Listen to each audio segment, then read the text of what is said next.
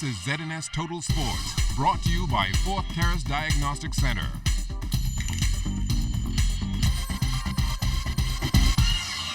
Welcome to sports, everybody. Not the ideal start for the National High School Track and Field Championships. After receiving a call at about 5 o'clock yesterday afternoon, ZNS Total Sports showed up at the Kendall Isaacs Gym. Outside, luggage was stacked up while athletes and coaches were doing their best to pass the time.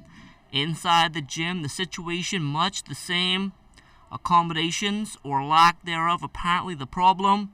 We were told that some schools had been at the gym since 8 a.m. We have a team of 59 in total, the numbers, and it's frustrating, the kids want to just lay down and prepare and really work hard for tomorrow. All about the kids right now and making sure they're in a proper environment right now, and to compete tomorrow in this kind of conditions is going to be rough on the kids from the Family Islands. They're going to be tired. We have a lot of the morning events tomorrow, so I don't know how they're going to compete, but I'm hoping that we pull it off. What have you guys been told so far? Wait. That's the only response we got so far, is to wait. And right now the kids keep coming to me by numbers. I'm saying, where we gonna live, where we gonna go, and it's very frustrating as a coach to go through this. Before you left, Andres, what were you told was going to happen? That we're gonna come over here and they had the rooms lined up and stuff like that. I guess nothing happened.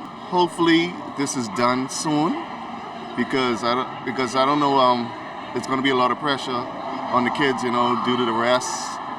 And I think it's really going to affect their performance if we don't really have a place to lay down and stay for as soon as possible. Meet officials were visibly absent at the gym when we arrived. They were across the street at the Thomas A. Robinson National Stadium for a scratch meeting.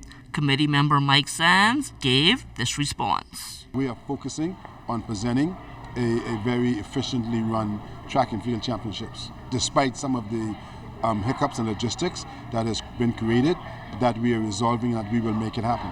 Now some coaches still not satisfied with what has happened. Here's what they had to say about where they are staying. We are in the Kendall Isaacs Gym. The kids are there along with Abaco Central, and we are sleeping on a piece of tar, paper, whatever you call it, cushion thing, with a blanket, and the kids are trying to make it work due to the conditions we're in right now. We were sent Sun Fun, and the situation there, it wasn't a pleasant one. I wasn't able to get there until late last night. I wasn't even able to stay with my kids because there wasn't enough accommodation, so I had to leave the two female chaperones, and they were kind of afraid, especially without a male presence there with them. So it was kind of a challenge with kids being bundled up in one room, some units not working, and some kids just being, it wasn't a livable situation in my opinion. Despite the setbacks, the visiting team's still looking to make some noise. My kids they're ready, and they've been training all year, through thick and thin. And no matter what, we're going to give it our best and be competitive out there. We have a few fielders that we're expecting big things from. We have Sean Roll, Wadrick Anderson, Ferron Markey. They're coming to throw, they're coming to compete, and they want to qualify for Carifta. We got a few outstanding guys and girls right now who has the capabilities of qualifying for Carifta.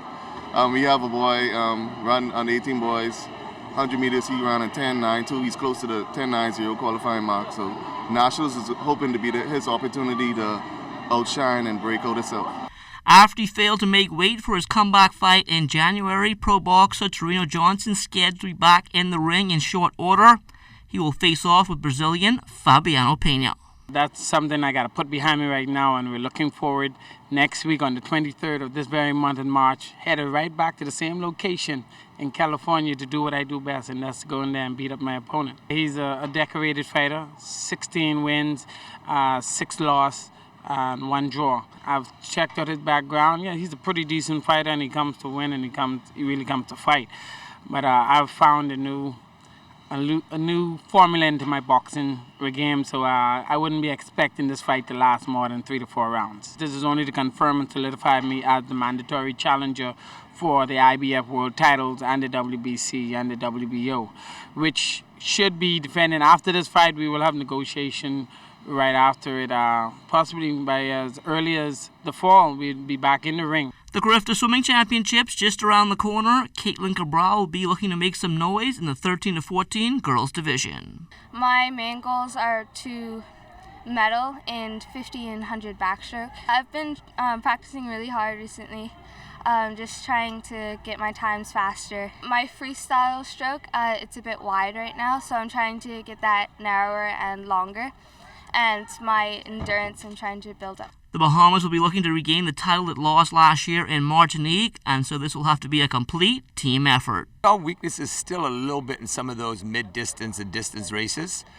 So if we could have some of the kids stepping up in those like 200 strokes, fly, back, breast, the 400 IM, 1500, that will help us. The Long Island Mini Fundraising Regatta will take place this weekend in Montague Bay. One of the sloops in competition, Revelation 3 and 19. I won't be able to come to Long Island, not because I don't want to go, but because it happening at the same time as South Andrews Regatta, and me being a part of South Andrews, I wouldn't want to differ from that, but I would try to support the Long Island people as much as I can here in Nassau with their fundraising event. And that will do it for sports. Stay tuned, check on weather still to come.